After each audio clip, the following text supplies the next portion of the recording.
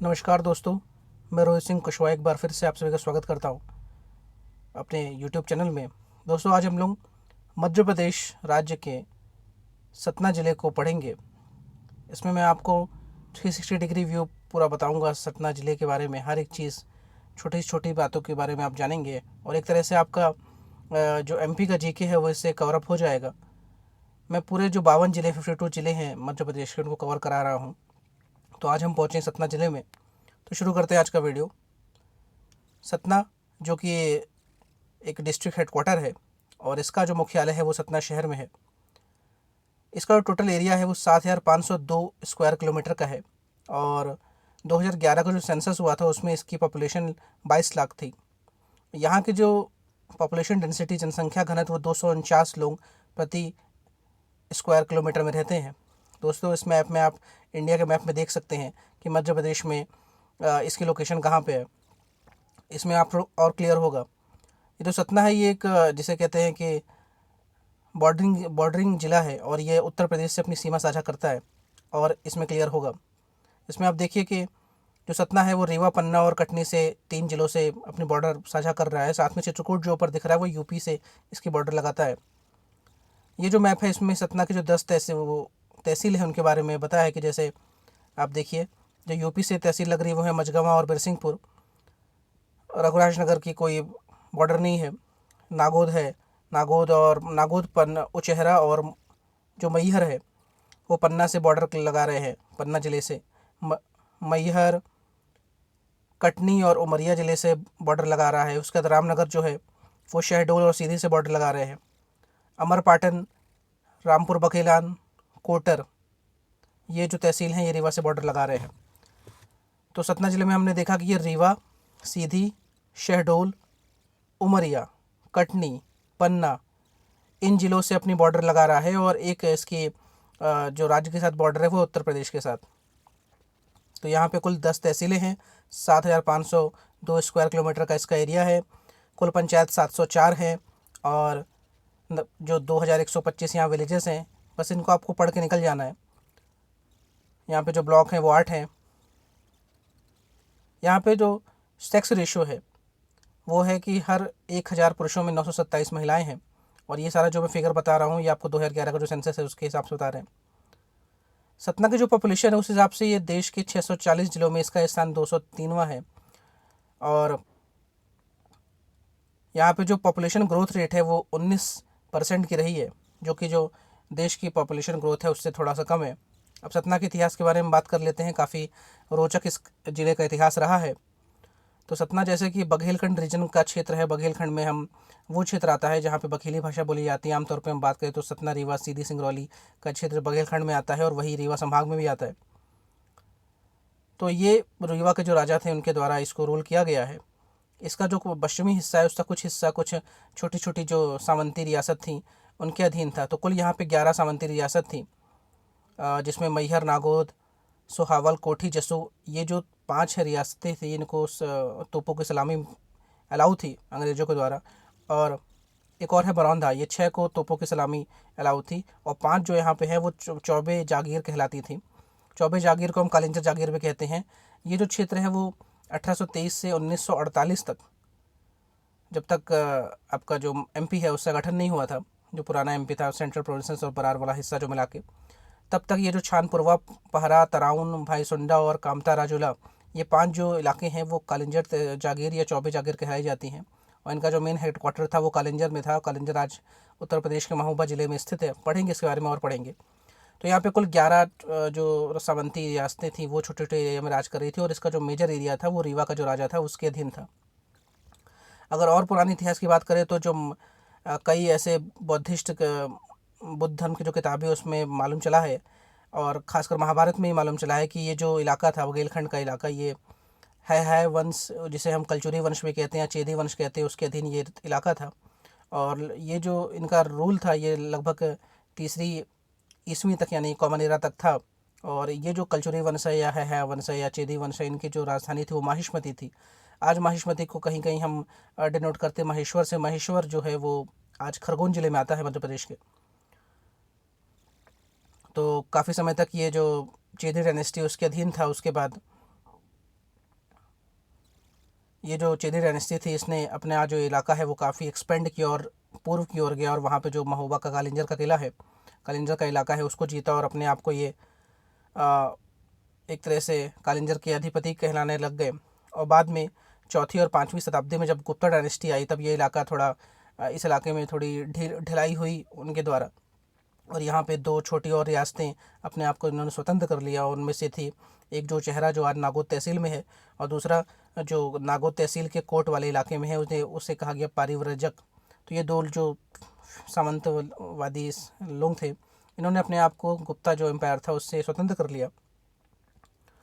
बाद में फिर से जो कलचुरे वंश है या चेदी वंश है उसने अपना इलाका यहाँ पे जो कंट्रोल है उसको मजबूत किया, और इन्होंने कालिंजर वाले इलाके को जीता जैसे मैंने बताया था। और इन्होंने अपने आप को उपाधि दी कि कालिंजराधीश्वरा, यानी कालिंजर का जो भगवान है लॉर्ड ऑफ कालिंजर, इन्होंने अपने आप को उपाधि दी। बाद में जो चंदेल वंश हैं उन्होंने इनको हराया और कालिंजर का इलाका जो छीना, और चंदेल वंश में जो महान राजा थे उनका नाम है यशोवर्मन। और चंदेल वंश के बारे में आप लोग जब खजुराहो के मंदिर पढ़ेंगे उसमें भी आपको इनका उल्लेख मिलेगा। तो जो यशोवर्मन था उसने ये जो कालिंजर वाला इलाका था इनसे छीना कलचुरे वंश से, और बाद में ये जो इलाका है ये एक तरह से जो छोटे अभी हमने पढ़े हैं सामंतवादी जो इलाके थे उनके अधीन आ गया। कुछ समय बाद गुजरात राज्य से जो बघेल राजपूत थे वो रीवा की ओर उन्होंने आना शुरू किया, और ये सब जो सोलंकी डायनेस्टी थी उसके वंशज थे। और इन्हीं में एक महान राजा हुआ सोलंकी क्लैन का, उसका नाम था व्याघ्रदेव। उसके ये लोग ब्रदर कहलाते थे, मतलब भाई थे व्याघ्रदेव जो सोलंकी क्लैन थी गुजरात की उसके। इन लोगों ने यहाँ पे आया और कालिंजर के पास एक जगह थी मारफा, वहाँ पे एक किला को इन्होंने जीता। अब हम बात कर रहे हैं बघेल वाले लोगों को हमें यहाँ पे सेटल करना है, बघेल वंश को सेटल करना है, क्योंकि अब ये जो सतना वाला इलाका है बघेल खंड कहलाता है और यहाँ पे भाषा भी बघेली बोली जाती है। तो ये जो बघेल लोग हैं, बघेल जो राजपूत हैं या बघेल जो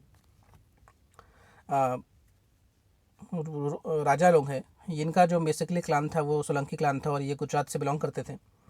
तो ये सब यहाँ पे आते हैं और कालिंजर के पास ये मारफा नाम की जो किला है उसको जीतते हैं। और उसके बाद व्याघ्रदेव का जो लड़के बेटा है करणदेव, वो कलचुरी वंश की एक लड़की से विवाह करता है, और इस एवज में उसको जो बांधवगढ़ का इलाका है, बांधवगढ़ का जो किला है वो इसको मिलता है। आज जो बांधवगढ़ है वो एक तो नेशनल पार्क है मध्य प्रदेश में, दूसरा आज जो बांधवगढ़ का इलाका है वो शहडोल ज़िले में आता है। तो ये उनको मिलता है। और बाद में 1597 में जब अकबर ने यहाँ पर अटैक किया तब तक ये जो इलाका था बघेल वंश के पास था। बाद में हम देखेंगे जो बघेल राजा थे वो अपनी राजधानी या एक तरह से अपने आप को शिफ्ट कर लेंगे रीवा में। तो 1598 में जब उलुग खान गद्दी पे आया दिल्ली में, तो उसने जो बघेल राजा थे गुजरात के उन पे आक्रमण किया और वो सब भाग के सब बांधवगढ़ की ओर आ गए। तब बांधवगढ़ में एक तरह से जो बघेल राजाओं का जमावड़ा एक तरह से हो गया, क्योंकि अब जो गुजरात के बघेल किंग थे वो सब भी बांधवगढ़ आने लग गए। और फिर यहाँ पे इन बघेल राजाओं के बीच में थोड़ा विवाद चला कि कौन गद्दी में बैठेगा। और सिकंदर लोधी ने भी ट्राई किया था कि जो बांधवगढ़ का इलाका है वो जीत लिया जाए, लेकिन वो जीत नहीं पाया था।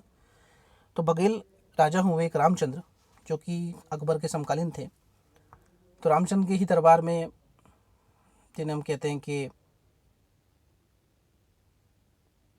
अब मुझे नाम ध्यान नहीं आ रहा है उनका, शायद तानसेन, राजा रामचंद्र के दरबार में ही तानसेन थे, सॉरी बीरबल थे और बीरबल को फिर अकबर यहाँ से ले जाता है। आप बताना मुझे कमेंट बॉक्स में कि मैं सही बता रहा हूँ कि नहीं। तो रामचंद्र जो हैं बघेल राजा, ये अकबर के समकालीन थे और इनकी जब मृत्यु हो जाती है तो इनका जो बेटा है वीरभद्र वो गद्दी पे आता है। जब उसकी मृत्यु हो जाती है वीरभद्र के बहुत ही छोटा बच्चा, माइनर बच्चा विक्रमादित्य को गद्दी में बैठाया जाता है और अकबर ये सब देख रहा होता है। फिर उसके बाद अकबर का दिमाग ख़राब होता है कि क्या सब मजाक चल रहा है, रीवा रियासत में जो राजा है वो एक छोटा सा बच्चा है। तो फिर अकबर यहाँ पे अटैक करता है और इस इलाके को सीज़ कर लेता है, और इसको अकबर को ये सब सीज़ करने में लगभग 8 महीने का समय लगता है। और उसके बाद से जब सीधे ये मुग़ल बादशाह के अधीन आ गया तो फिर रीवा राज्य की जो इंपॉर्टेंस है वो बढ़ गई, और सतना जो कि रीवा रियासत के अधीन ही था तो इसका भी ओवरऑल डेवलपमेंट बहुत तेज़ी से होने लगा। उसके बाद ये जो इलाका है वो है जब मुग़ल डायनेस्टी कमज़ोर होती है। मुग़ल डायनेस्टी कमज़ोर भी क्यों होती है, जैसा हमने देखा है कि मराठा जो है वो मुग़ल डायनेस्टी को कमज़ोर करते हैं, तो मराठाओं के इलाके में के क्षेत्र में ये इलाका आ जाता है। और बाद में 1803 की एक संधि होती है अंग्रेजों और मराठाओं के बीच में, से ट्रीटी ऑफ बसीन कहते हैं, बसीन की संधि। उस संधि में जो बाजीराव द्वितीय थे वो काफ़ी कमज़ोर पड़ते हैं और बहुत सी ऐसी शर्त वो मानते हैं अंग्रेज़ों की जो कि उनको नहीं माननी चाहिए, या फिर ये कहें कि एक तरह से मराठाओं को दबाने के लिए संधि अंग्रेज करते हैं। और इस बसीन की संधि के बाद ये जो इलाका है ये एक तरह से अंग्रेज़ों के अधीन आ जाता है। और फिर भी यहाँ का जो लोकल राजा रहता है बघेल राजा, राजा जय सिंह, वो यहाँ पे रूल करता रहता है, लेकिन अल्टीमेटली जो बघेल राजा रहता है वो मराठाओं के अधीन रहता है और मराठा अब अंग्रेज़ों के अधीन आ गए। तो बाद में जो मिर्ज़ापुर वाला इलाका है ये उत्तर प्रदेश का, वहाँ से जो पिंडारी, पिंडारी मतलब डकैत या लुटेरे कहते हैं, अगर आपको जानना है और पिंडारी के बारे में, तो एक फ़िल्म है सलमान खान की वीर, उसको आप देखिएगा, उसमें सलमान खान पिंडारी रहता है। तो पिंडारियों को जब अटैक होता है तो फिर यहाँ का जो राजा जयसिंह होता है वो फिर अंग्रेज़ों से सहायता मांगता है कि आपने बस इनकी संधि में हमको वादा किया था कि हम पे कोई अटैक करेगा तो आप हमारे हमारे रक्षक में आएंगे। तो फिर राजा जयसिंह की सहायता में जो ब्रिटिश ट्रूप्स हैं, ब्रिटिश टुकड़ियाँ वो आती हैं और राजा जयसिंह को बचाती हैं। और उसके बाद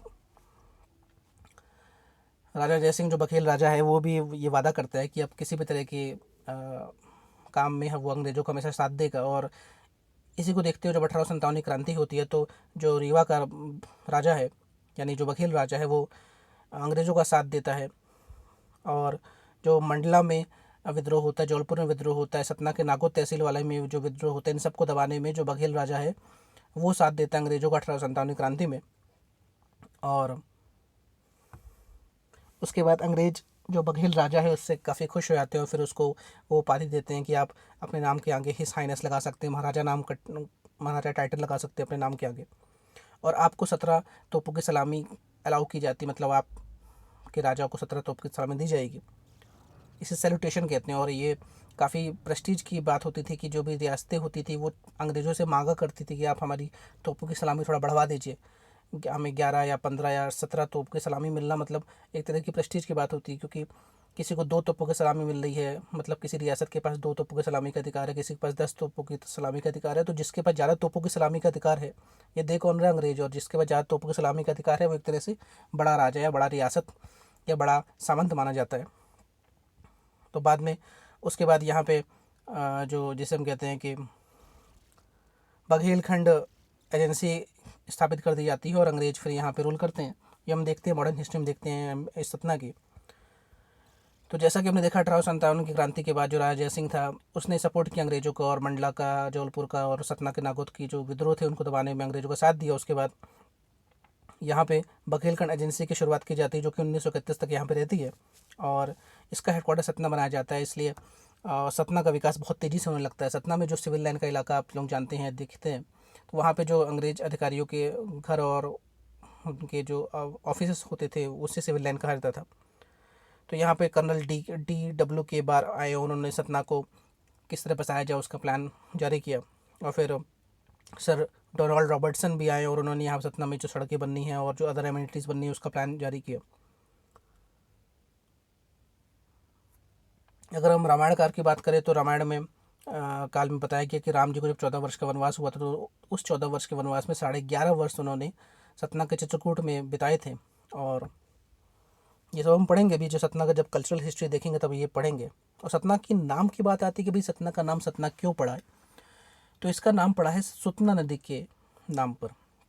कहीं कहीं लिखा रहता है सुतना ऋषि के नाम पे, लेकिन अभी हम बात करते हैं सुतना या सतना नदी के नाम पे। तो सतना नदी जो है वो पन्ना जिले में एक जगह है सारंगपुर, वहाँ पे सुतीक्ष्णा आश्रम है, उसे को हम सारंग आश्रम कहते हैं, वहाँ से निकलती है और इस नदी के ना ये बहती सतना में, सतना नदी के नाम से जानते हैं, इसलिए इसका नाम सुतना से सतना पड़ गया। वैसे जब सतना का रेलवे स्टेशन बना था तब सिर्फ रेलवे स्टेशन का नाम सतना रेलवे स्टेशन था और पूरा जो क्षेत्र था, इसको आज आप सतना जिला में आप बोलते हैं, वो रघुराज नगर के नाम से जाना जाता था। देखेंगे रघुराज कौन थे, इनके नाम से नगर पर नाम पड़ा है। लेकिन बाद में फिर समय के बाद रघुराज नगर नाम से एक तहसील रह गई और सतना जिले का नाम हो गया, जो कि पहले एक स्टेशन का नाम था और जो कि एक नदी का नाम था, जो कि पन्ना के सारंगपुर क्षेत्र से सुतीक्ष्णा आश्रम या सारंग आश्रम से निकल रही है। तो एक नदी के नाम से या ऋषि के आश्रम के नाम से इस शहर का नाम मिला है इसको।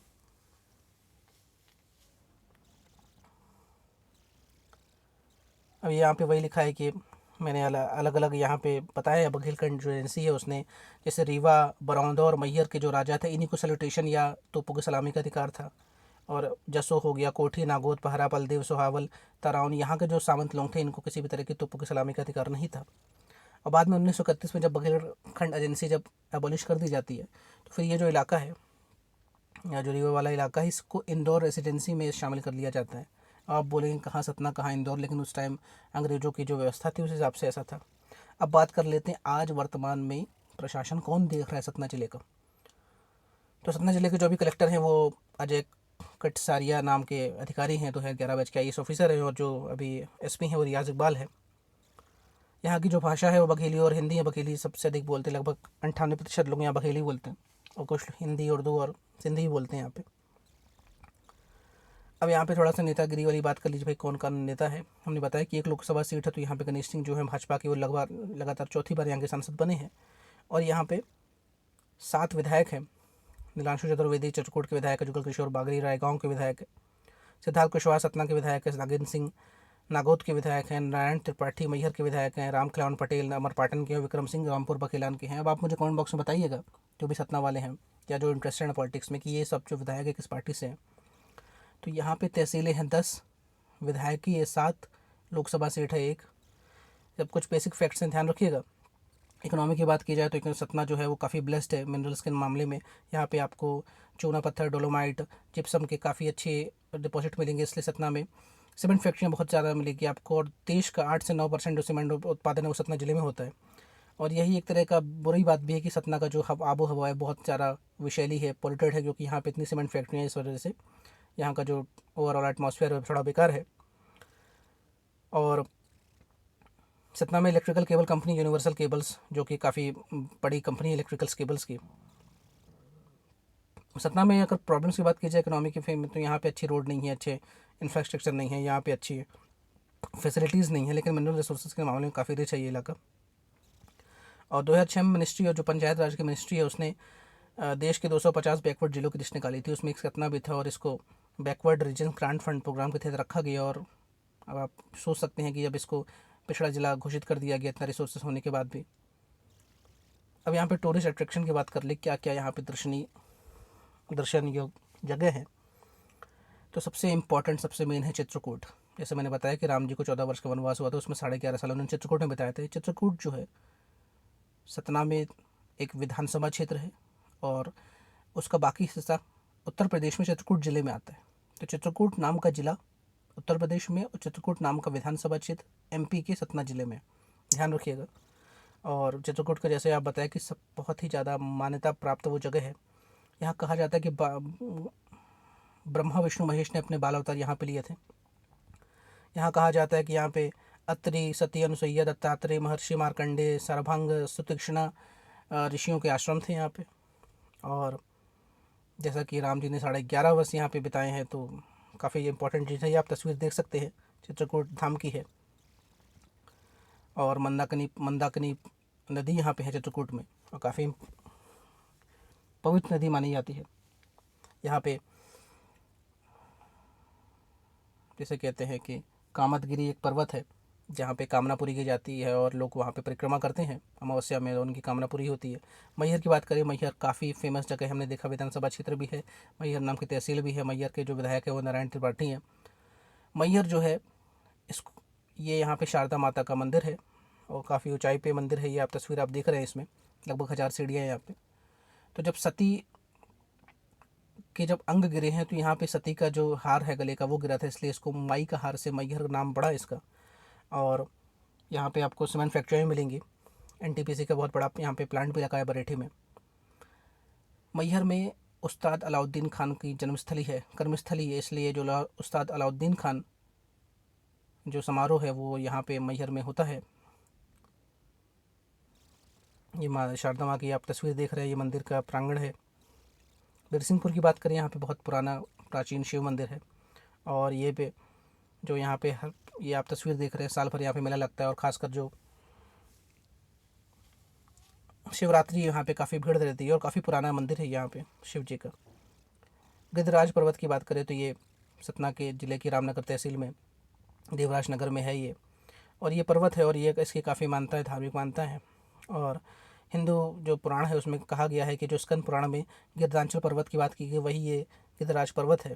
और इसमें माना गया कि यहाँ पे जो रामायण में जटायु आपने पात्र देखा उसका जो भाई था संपत्ति, उसका जन्म स्थान माना गया है। और कालिदास ने भी इस जगह के बारे में उल्लेख किया है गिरिराज महामात्र के नाम से। यहाँ पे जो ब्रह्मा और पार्वती है उन्होंने पहली बार इसको देखा, उनके जो पुत्र हैं उन्होंने इसको पहली बार देखा। और शिव संहिता में भी इसका उल्लेख मिलता है। जो चाइनीज़ ट्रैवलर था फाहयान, जो चंद्रगुप्त सेकंड जो था गुप्ता एम्पायर का, उसके दरबार में आया था, उसने भी इसका उल्लेख किया है। अब बात करें एक बहुत ही ज़्यादा कल्चरल जगह की, उसका नाम है भरूच।